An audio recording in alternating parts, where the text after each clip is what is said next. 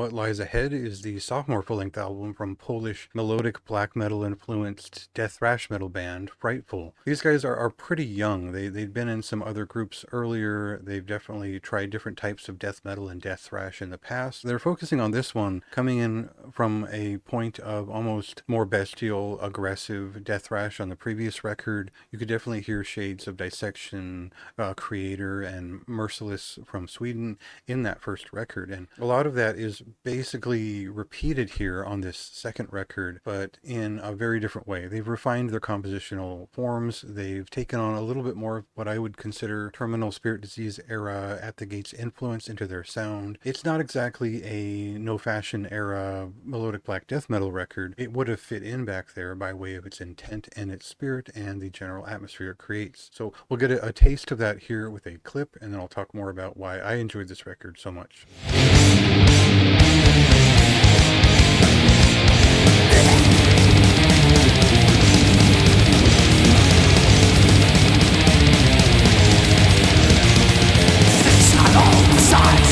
There are a few moments that I enjoyed more in my exploration of extreme metal than listening to the somber lane, essentially picking out parts that reminded me of classic Creator in the late 80s, as well as some interest in King Diamond and certainly that kind of thing, especially when I happened upon like Merciless's Unbound, and that feeds a lot into my fandom of what this record is doing here, because it does feel like it was pulled from that era where you could hear kind of the elite interests, the stuff that had really inspired what Dissection was doing on that first record, and find it translated here into something that is definitely related to Swedish death metal more than it is anything Polish, but they do such a fine job of kind of putting on a show here. The way that they break that up is that there might be something more At the Gates derived driving the hook of a song, but the rest of the piece might veer into something that is kind of rocking and detangled like a certain era of Inquisition. So they're playing with a lot of guitar techniques, and they're packing each song with riffs. And there's songwriting I could talk about here, but there's really just riff craft that I'd praise the most, because I feel like these two guitarists are just especially good at what they're focusing on.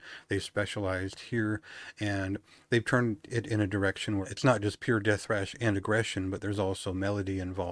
And that leads to something that is both intricate, brutal, and has some interesting pacing that it creates throughout. So I love that first record. I had nothing but praise for that their first album as well. But I feel like this is better formed. It is a point of great maturity, a little bit of a leap in their overall romanticist death thrash, blackened melodic death metal kind of thing that comes together in a way that is memorable and appreciable.